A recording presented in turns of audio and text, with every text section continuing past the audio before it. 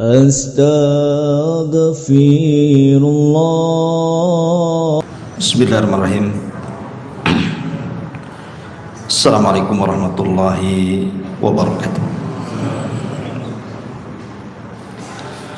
Bihamdillahi wassalatu wassalamu ala rasulillah wa ala alihi wa sahbihi wa mawalah wa la hawla wa la quwata illa billahi wa ba'du. Alhamdulillah, di malam hari ini kita masih bisa duduk untuk berthalabul ilmi, dan kita masih membahas tentang Ramadan, karena memang satu pekan lagi kita sudah masuk Ramadan. Dan pembahasan di malam ini kita akan membahas 10 perkara yang bisa mengurangi pahala puasa dan 10 perkara yang bisa menjadikan puasanya ditolak dan tidak diterima Allah Subhanahu wa ta'ala. Ini penting. Kenapa demikian? Karena ibadah puasa ini banyak sekali keutamaan.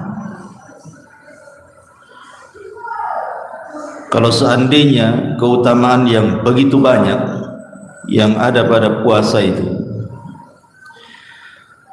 tiba-tiba kemudian puasanya dikurangi pahalanya atau bahkan sampai ditolak, maka sangat rugi sekali. Sebelum saya menjelaskan pembahasan kita di malam hari ini, mengingatkan saja tentang fadlus siyam, keutamaan puasa secara singkat. Yang pertama, puasa itu adalah ibadah yang sangat mulia karena dinisbatkan kepada Allah. Nabi SAW mengatakan,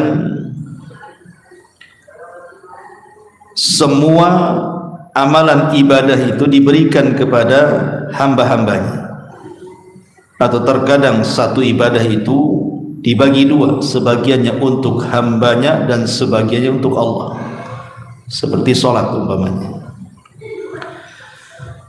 Tetapi puasa ini tidak demikian, karena Nabi SAW mengatakan, as-sawmu li wa ana ajzi bihi. Puasa itu untukku, dinisbatkan kepada Allah, dan aku yang akan membalasnya.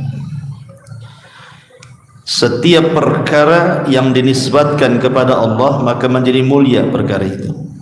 Seperti Baitullah, rumah Allah.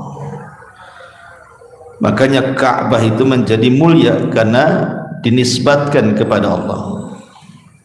Begitu juga puasa, ketika dinisbatkan kepada Allah maka puasa itu amalan yang luar biasa.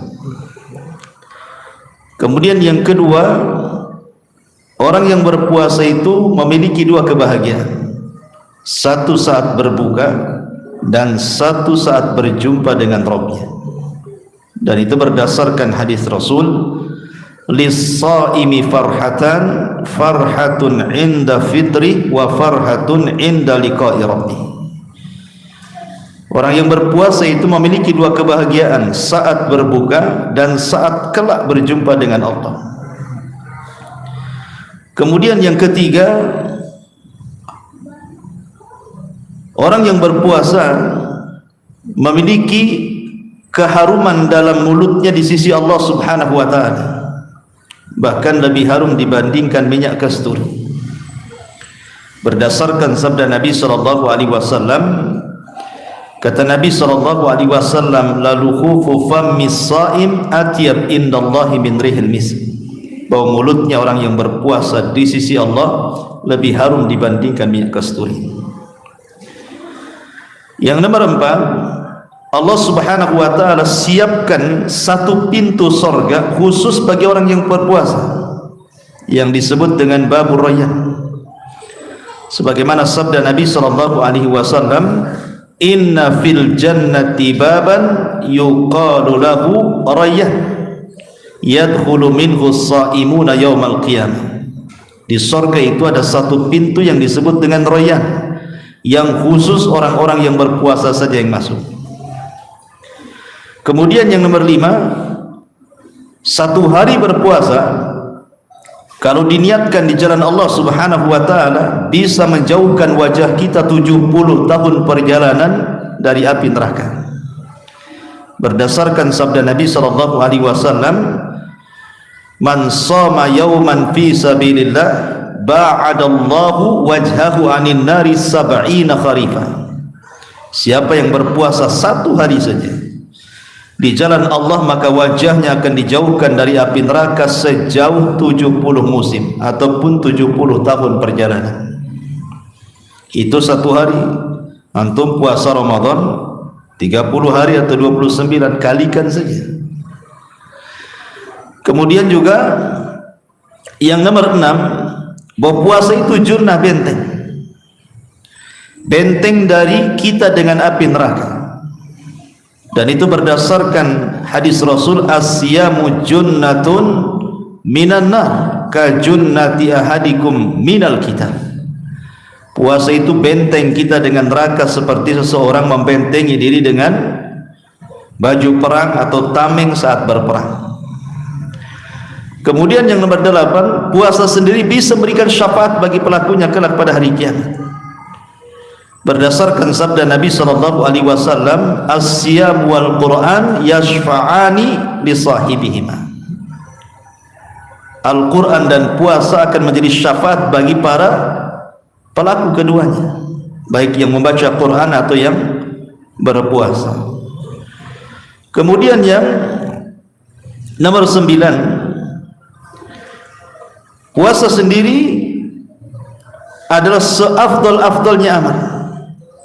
Berdasarkan hadis Nabi sallallahu alaihi wasallam dari Abi Umamah Al-Bahili, ketika dia mengatakan, ya Rasulullah, murni bi amrin yanfa'unillahu bi, perintahkan kepadaku sesuatu yang bermanfaat bagiku di sisi Allah. Maka Rasul mengatakan, alaika bisyam, puasakan. Menunjukkan apa? Amalan yang utama di sisi Allah Subhanahu wa taala. Dan yang nomor 10, puasa ini penyebab orang mendapatkan satu kamar yang indah di surga. Kamar kaca yang nampak dari luar dan juga dalamnya. Dan itu berdasarkan hadis Nabi sallallahu alaihi wasallam, inna fil jannati ghuraf. Di surga itu ada kamar. Yura zuhuruha min butuniha wa butunuha min zuhuriha. Nampak dari luar ke dalam atau dari dalam keluar. Maka seorang Arab Badui berdiri dan mengatakan, ya Rasulullah, untuk siapa kamar-kamar indah di surga itu? Maka Rasul mengatakan, liman atabal kalam wa at'amat ta'am wa adamas siyam wa shalla bil laili wan nasu niyam. Bagi orang yang lembut ucapannya, bagi orang yang suka membantu fakir miskin dengan memberi makanan kepada mereka, dan bagi orang yang berpuasa, serta orang yang tidak pernah meninggalkan qiyamul lail. Cukup 10 perkara ini saja sebenarnya sudah bisa merangsang kita ini untuk semangat ibadah puasa. Kalau kita mau rinci banyaklah, saya ambil 10 saja. Lah di sana masalahnya ada 10 perkara yang kalau antum lakukan bisa berkurang tuh pahalanya. Bukan hanya berkurang, boleh jadi tidak ada dapat pahala sama sekali. Jadi dari pagi antum menahan lapar dahaga, menahan syahwat yang sangat berat itu ya tidak ada apa-apanya. Lalu buat apa nahan lapar dahaga nahan syahwat kalau sudah lelah letih tiba-tiba nggak dapat apa-apa? Ibarat antum kerja sama saya nggak digaji jadinya. Dan antum mau kerja nggak digaji kan? Tidak mau juga. Orang nggak digaji saja sakit hati gitu ya. Masyaallah muslimin yang dimuliakan Allah Azza wa Jalla, apa saja. Karena begini ikhwan, terkadang ibadah itu secara hukum sah-sah saja. kalau dia mendatangkan rukun dan wajibnya. Secara hukum puasanya sah, tidak perlu qadha. Tetapi secara pahala dia nggak dapat pahala. Sama seperti Umar bin Khattab ketika duduk-duduk bersama putranya Ibnu Umar di Arafah. Kemudian melihat ribuan jemaah haji yang datang dari mana-mana. Maka Ibnu Umar mengatakan, alangkah banyaknya orang-orang yang datang untuk haji wahai abi, wahai bapakku.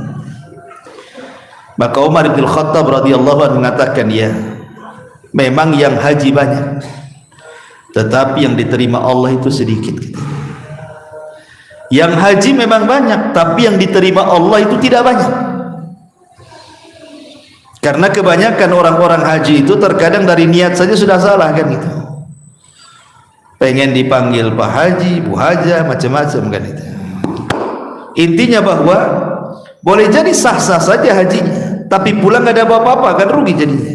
Habis modal banyak, jual sawah, jual kebun, jual rumah, nabung bertahun-tahun gitu ya. Pengen haji pulang tidak dapat apa-apa. Maka dalam puasa pun bisa saja terjadi seperti itu. Karena Rasul yang mengatakan rubba shaimin laisa lahul jaza illal ju'i wal 'atsyi. Berapa banyak orang-orang yang berpuasa itu tidak mendapatkan apa-apa kecuali menahan lapar dan dahaga saja. Percuma saja puasanya. Lah kita akan sebutkan apa saja perkara yang menyebabkan berkurang puasa ataupun pahala puasa atau bahkan menghilangkannya. Yang pertama disebutkan para ulama, musyahadatun nisa al-mutabarrijat. Ketika antum berpuasa, antum banyak menyaksikan wanita-wanita yang tabarruj. Atau dengan kata lain, ketika berpuasa mata antum jelalatan memandang aurat-aurat yang bukan muhrimnya.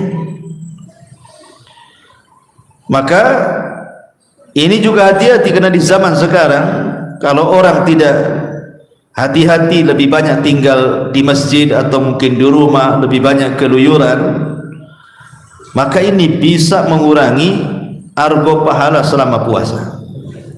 Karena di tengah-tengah kita ini orang yang menutup aurat tidak lebih banyak daripada orang yang membuka aurat.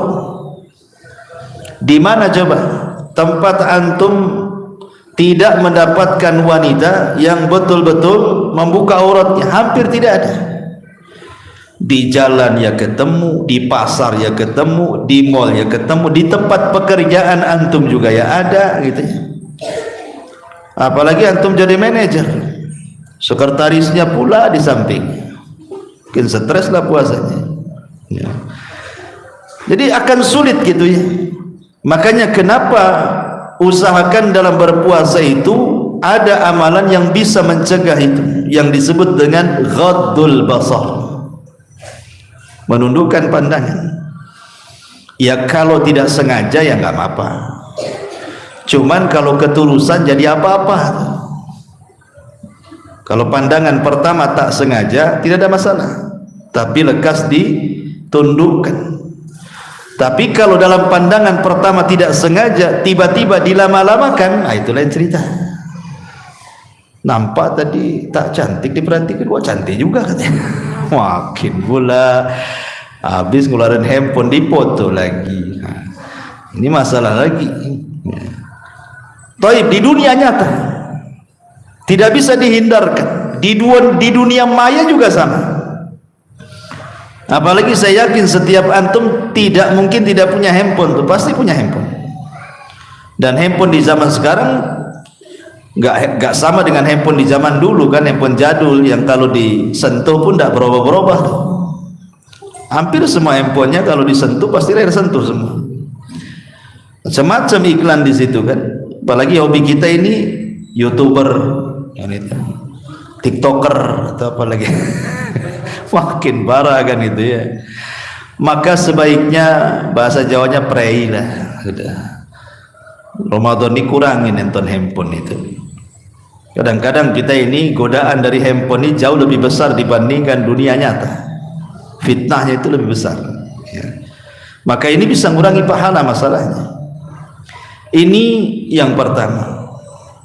Apalagi yang melihat aurat saja ngurangi pahala, apalagi wanitanya yang sedang berpuasa sengaja buka aurat. Nah, itu lagi lebih parah lagi.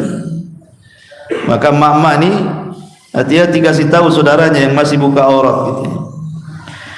Kemudian yang kedua, ya memang melihat aurat itu tidak batal puasanya, tapi ngurangi pahala masalahnya. Yang kedua, termasuk juga berkhalwat dengan wanita-wanita ajam. Berkhalwat terutama anak-anak muda gitu ya. Anak-anak muda harusnya di bulan Ramadan tuh jauh-jauh gitu ya. Malah kesempatan pula ngabuburit berdua, ini kan masalah ini kan.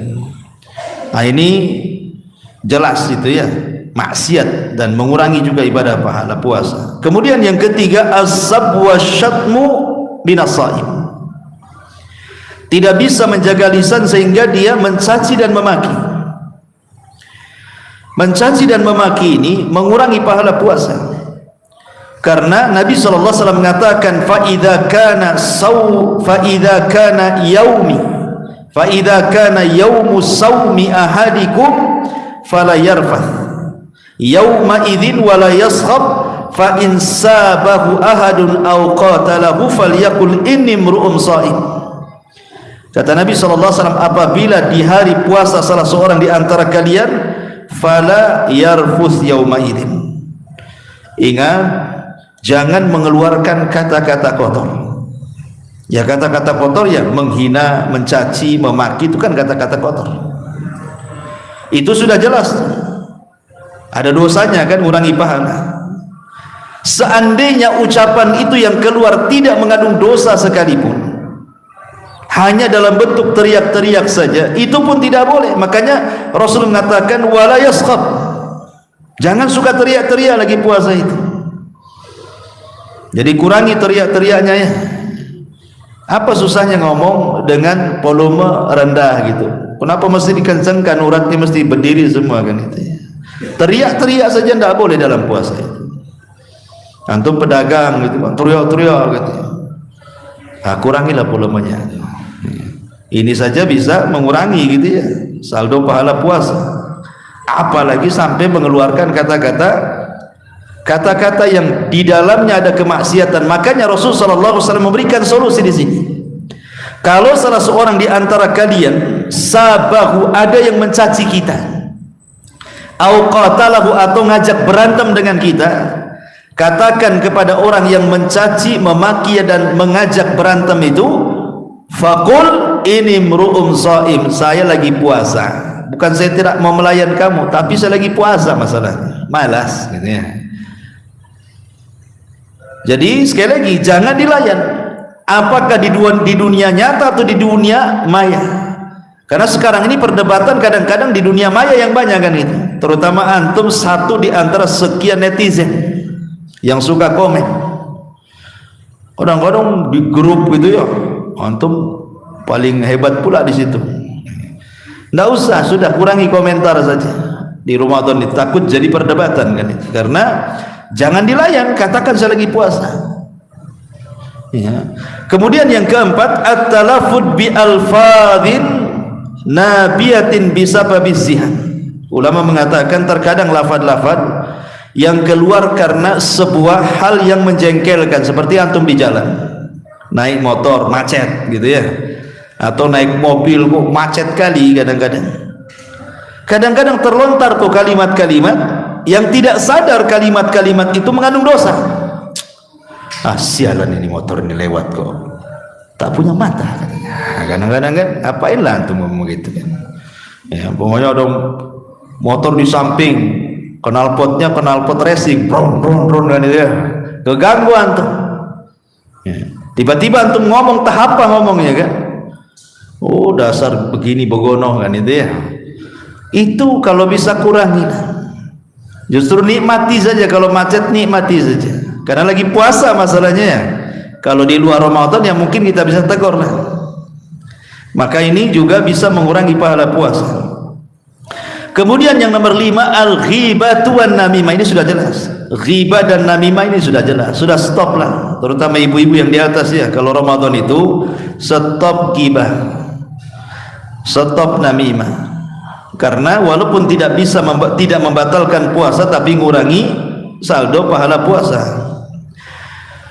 Kemudian yang ke-6, al-kalam as-su', ucapan yang buruk.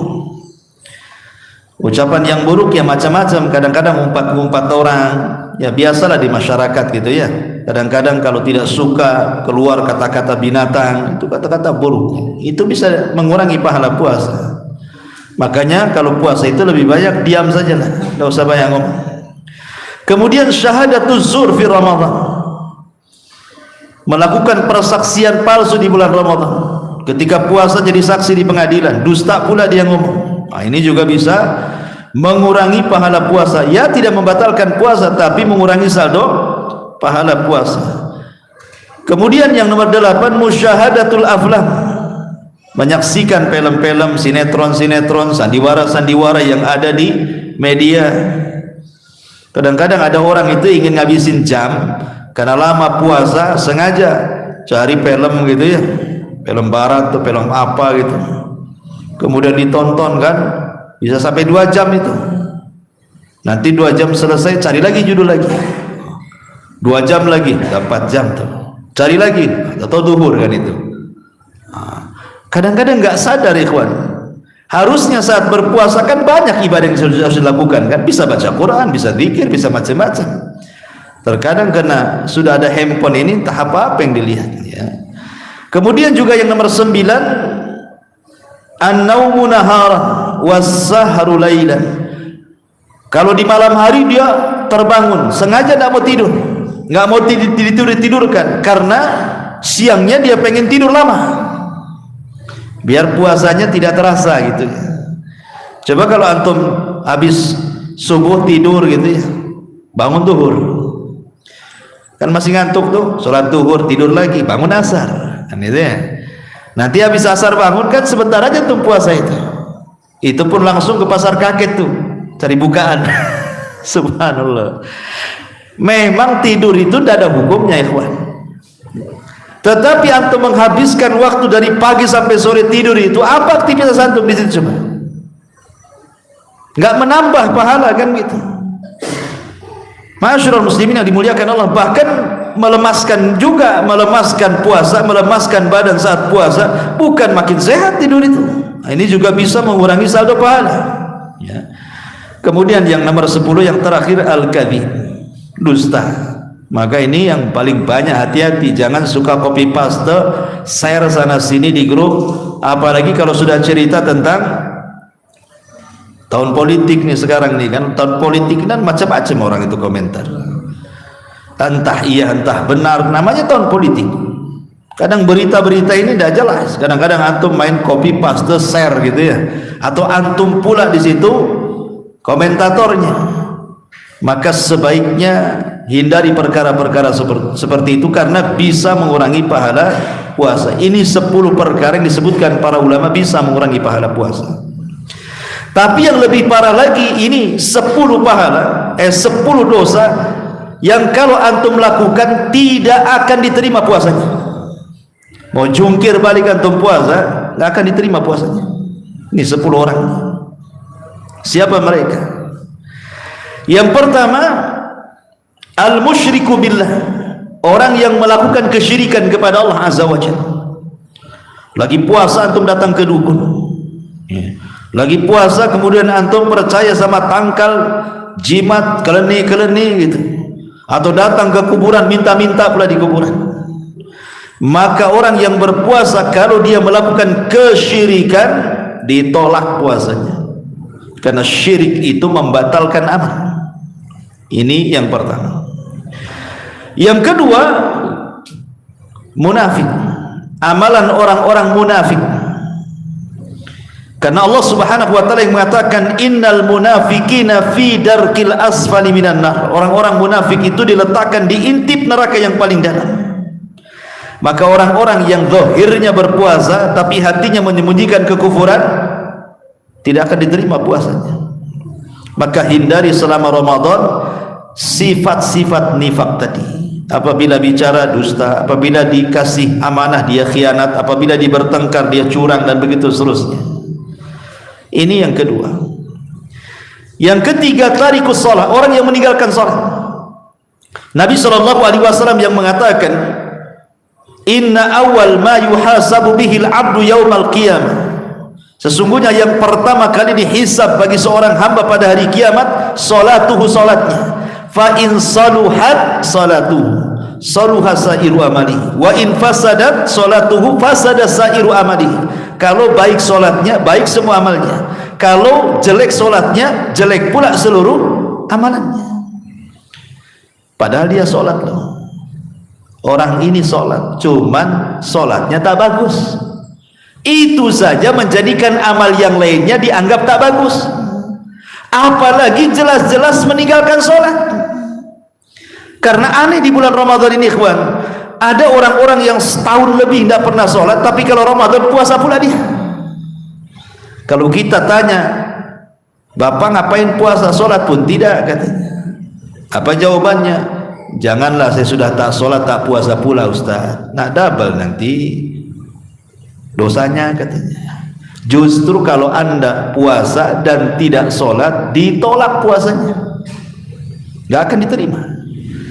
Karena orang yang meninggalkan salat itu bisa kufur, dan amalan orang kafir itu tidak diterima. A'maluhum karamadin istadat bihirrih, amalan mereka seperti tumpukan debu dihempas angin, gak ada apa-apanya. Maka orang yang meninggalkan salat sama sekali tidak salat kemudian puasa, ditolak tuh puasanya. Ini yang ketiga. Yang keempat, Ustaz dia salat tapi jarang-jarang, ya. Kadang seminggu itu kayak puasa Daud, Ustaz. Senin salat, puasa pula tidak. Nanti Rabu salat, Kamis pula tak salat. Macam puasa Daud salatnya itu, ya. Duhur salat, asar tidak. Maghrib salat, isya pula bablas gitu. Apalagi subuh ngorok kan itu.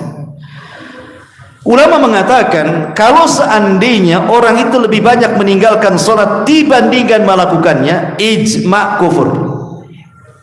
Kata Syekhul Islam Ibn Taimiyah rahimahullahu taala, man taraka as-salata jumlatan faqad kafara ijma'an.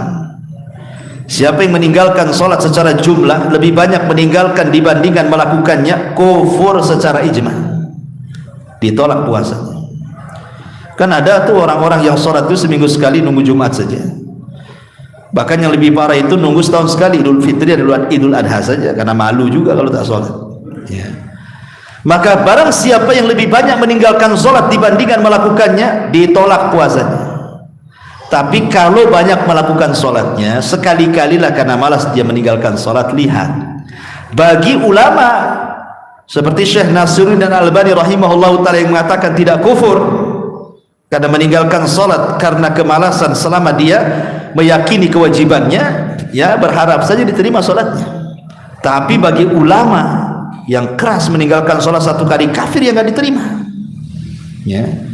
Maka hati-hati orang yang meninggalkan salat. Ini yang keempat. Yang kelima, keenam dan ketujuh ini disebutkan dalam satu redaksi hadis. Nabi SAW mengatakan, salasatun la yakbalullahu lahum sarfan wala adlan. Kata Nabi SAW, 3 manusia tidak akan diterima baik amalan wajibnya atau amalan sunnahnya, ditolak. 3 orang ini gak akan diterima. Antum mau melakukan amal wajib, antum mau melakukan amal sunnah, gak akan bakal diterima bagi 3 orang ini. Pertama, aqun liwalidayhi, anak yang durhaka dengan orang tua, tidak akan diterima puasanya, ditolak sama Allah sampai dia minta maaf sama orang tuanya. Yang kedua, al-mannan, orang yang menyebut-nyebut pemberian sedekahnya. Dia bersedekah tapi dalam rangka menyakiti orang yang antum berikan sedekahnya. Kau ini kalau enggak aku yang tolong, kau sudah kere, kau sudah jadi gelandangan, kau sudah di lampu merah sana. Kita tidak orang kan itu, ya. Maka manan ini orang yang menyebut-nyebut pemberian, walaupun puasa ditolak puasanya. Kemudian yang ketiga, al-mukadzdzab bil qadar, mendustakan takdir, enggak terima dengan takdir dia. Ya Allah, kenapa aku terus miskin? Kenapa si fulan kaya? Ya Allah, kenapa anak saya sakit? Si fulan kok sehat-sehat anaknya. Ya Allah, kenapa usaha saya gulung tikar? Si fulan betang-betang tikar. Umpamanya seperti itu. Enggak terima dengan takdir dia. Ya. Maka orang yang tidak menerima takdir Allah Azza wa Jalla, tidak redha dengan takdir Allah Azza wa Jalla, ditolak puasanya, enggak akan diterima. Maka hati-hati nih. Berarti yang nomor 5 yang akan ditolak puasanya adalah orang yang durhaka dengan orang tua. Yang nomor 6, orang yang ditolak puasanya adalah orang yang manan, menyebut-nyebut pemberian kepada orang lain. Dan yang ketujuh, orang yang ditolak puasanya adalah orang yang menolak takdir Allah Subhanahu wa taala, bahkan mendustakannya. Ini hati-hati yang nomor 7. Yang nomor 8, al-mustahzi biddin, orang yang mengolok-olok agama. Orang-orang yang mengolok agama dianggap kufur. Makanya Allah Subhanahu wa taala berfirman, "Qul abillahi wa ayatihi wa rasulihi kuntum tastahzi'un la ta'tadhiru qad kafartum ba'da imanikum." Apakah dengan Allah, dengan ayat, dengan Rasulnya kalian mengolok-olok itu semua? Jangan cari-cari alasan, karena engkau sudah kafir setelah keimanan kalian. Maka orang yang suka mengolok-olok Islam, mengolok-olok Al-Quran, mengolok-olok Allah, mengolok-olok Rasul, mengolok-olok agama, maka puasanya ditolak sampai dia bertobat kepada Allah Azza wa Jalla. Hati-hati para mustahzi, karena sekarang orang yang istihza di dalam agama ini terlalu banyak. Di negara kita setiap hari muncul di YouTube itu orang-orang yang kurang ajar, menyebarkan Islamophobia dengan cara istihza dengan Allah, Rasul, dan ayat-ayat Al-Quran. Padahal dia seorang muslim tuh. Naudzubillah. Ya. Seperti orang, pamannya dia membela perayaan Natal, pamannya kan. Dia muslim tuh, berani dia pakai atribut mereka, dengan atribut Santa Claus-nya gitu ya. Kemudian mengucapkan selamat, habis itu nyalahkan lagi orang yang menyalahkan orang yang mengucapkan selamat Natal, pamannya. Disalahkan pula. Bentuknya apa? Sampai dia pakai atribut pula dia. Istihza, ikhwan. Ya. Orang seperti ini ditolak puasanya. Hati-hati. Ya. Kemudian yang nomor 9, man ata naqid min nawaqidil Islam. Orang-orang yang mereka mendatangkan pembatal-pembatal Islam. Ya. Pembatal Islam. Ingat, pembatal Islam ini banyak. Pembatal Islam ini banyak. Hati-hati. Siapapun yang mendatangkan pembatal Islam, maka puasanya ditolak. Kenapa? Islamnya saja ditolak, apalagi puasanya. Seperti contohnya, melakukan kesyirikan kepada Allah itu pembatal Islam. Menjadikan antara Allah dan makhluknya perantara, itu pembatal Islam. Tidak mengkafirkan orang musyrik atau ragu-ragu dalam mengkafirkan mereka, itu pembatal Islam. Atau meyakini bahwa selain petunjuk Nabi SAW lebih sempurna dibandingkan petunjuk Nabi, itu pembatal Islam. Atau orang-orang yang benci walaupun sedikit dari syariat Islam, benci dia, itu bisa membatalkan Islam. Atau istihza dengan agama, itu pembatal Islam. Atau sihir, itu pembatal Islam. Atau dia menolong orang-orang musyrik, menolong orang-orang kafir untuk memerangi Islam, pembatal Islam itu. Atau meyakini bahwa manusia boleh suka-suka dia, kadang-kadang masuk ke Islam, kadang-kadang masuk keluar Islam, liberal, itu bisa pembatal Islam itu. Atau dia i'rad, berpaling dari agama, tahu kebenaran dia berpaling, itu bisa membatalkan Islam. Kalau dia mendatangkan ini pembatal-pembatal yang 10 ini, ditolak puasanya. Maka jangan sampai mendatangkan pembatal-pembatal Islam. Kemudian yang nomor terakhir, orang yang manintasaba ila firqatin dhalah, orang yang menasabkan dirinya kepada ajaran-ajaran sesat, kelompok-kelompok sesat, kelompok-kelompok yang sudah jelas-jelas sesatnya ya. Contoh umpamanya kelompok Ahmadiyah.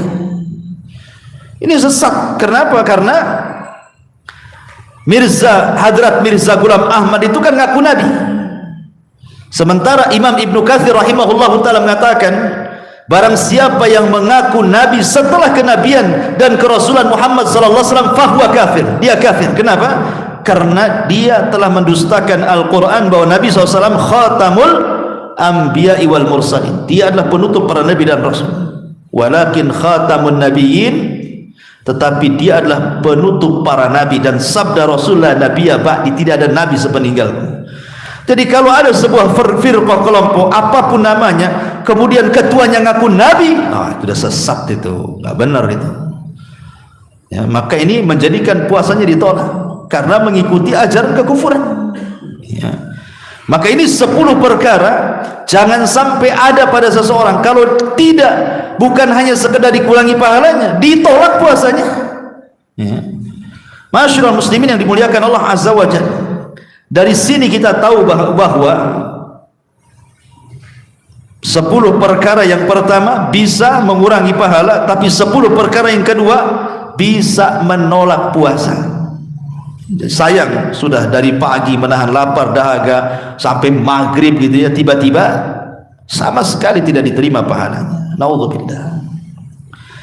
Ma'asyiral muslimin yang dimuliakan Allah Subhanahu wa taala. Kita tahu bahwa puasa itu, ikhwan, itu terbagi menjadi 3. Puasa itu terbagi menjadi 3. Ada yang disebut dengan puasa awam, yang disebut dengan puasa umum. Ya, orang awam lah berpuasa. Lah puasanya orang awam ini hanya sekedar menahan lapar, menahan haus, dan menahan syahwat saja. Jadi kalau antum puasanya hanya menahan lapar, menahan dahaga, dan menahan syahwat, tidak melakukan hubungan suami istri, berarti puasa antum itu hanya sekedar puasanya orang awam. Ya. Kenapa? Nanti penjelasannya. Yang kedua, ada puasa orang-orang soleh yang disebut dengan saumul khusus, namanya puasa khusus.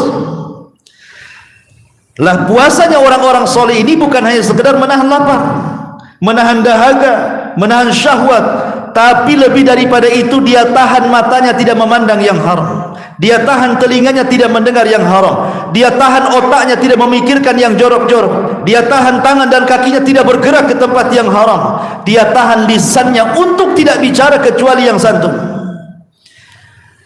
Ini baru puasa orang-orang soleh namanya. Berarti puasanya bukannya sekedar menahan lapar, dahaga, dan syahwat saja, tapi lebih daripada itu, dari ujung kepala sampai kaki dipuasakan sama dia. Bisa enggak ya? Kalau antum bisa melakukannya, berarti antum naik dari puasa orang awam menjadi puasa orang-orang soleh. Kemudian paling puncaknya ya, saum khususil khusus namanya, atau akhosul khusus, lebih khusus lagi. Ini bukan puasanya orang soleh, ini tingkatnya puasanya para nabi, para siddiqin, dan orang-orang yang dipilih oleh Allah dari kalangan muqarrabin. Itulah puasa luar biasa, bukan hanya sekedar nahan lapar, nahan dahaga, nahan syahwat, pandangan dijaga, lisan dijaga, telinga dijaga, kaki dijaga, tangan dijaga, otak dijaga, tapi lebih daripada itu, satu hari dia berpuasa dihabiskan dengan zikir, baca Quran, qiraatul Quran, ibadah, macam-macam dihabiskan, sehingga betul-betul maksimal tuh ibadahnya. Itu puasanya orang khususul khusus namanya, atau saumu khususil khusus, lebih khusus lagi. Itu luar biasa tuh. Kalau antum tak tahu ini nomor 1 ke nomor 2 ke nomor 3, kalau saya yakin kebanyakan nomor 1 biasanya. Gitu ya. Yang penting nahan lapar, mata masih nengok, itu ya. Penting nahan lapar, telinga pula masih nguping sana sini. Itu puasa orang awam tuh, kalau belum bisa mempuasakan anggota badan. Masyaallah muslimin yang dimuliakan Allah Azza wa Jalla. Lah puasa sendiri, ikhwan, sebenarnya dia adalah tarbiyah dan juga al-ibtila wal ikhtibar. Kalau antum pahami, puasa itu sebenarnya ibtila wal ikhtibar. Allah sedang menguji kita, dengan menguji supaya kita lapar, supaya kita haus, supaya kita menahan syahwat. Allah sedang menguji sebenarnya. Jadi ibadah puasa itu ibadah ujian. Bisa nggak antum lewati itu dari mulai terbit fajar shadiq sampai terbenam matahari itu? Allah sedang menguji kita. Siapa di antara kalian itu yang jujur keimanannya, atau siapa di antara kalian yang dusta keimanannya? Azan ya. Ya sudahlah kan itu ya. Sudah azan. Subhanakallahumma bihamdika asyhadu an la ilaha illa anta astaghfiruka wa atubu ilaik. Allahu ta'ala. Assalamualaikum warahmatullahi wabarakatuh.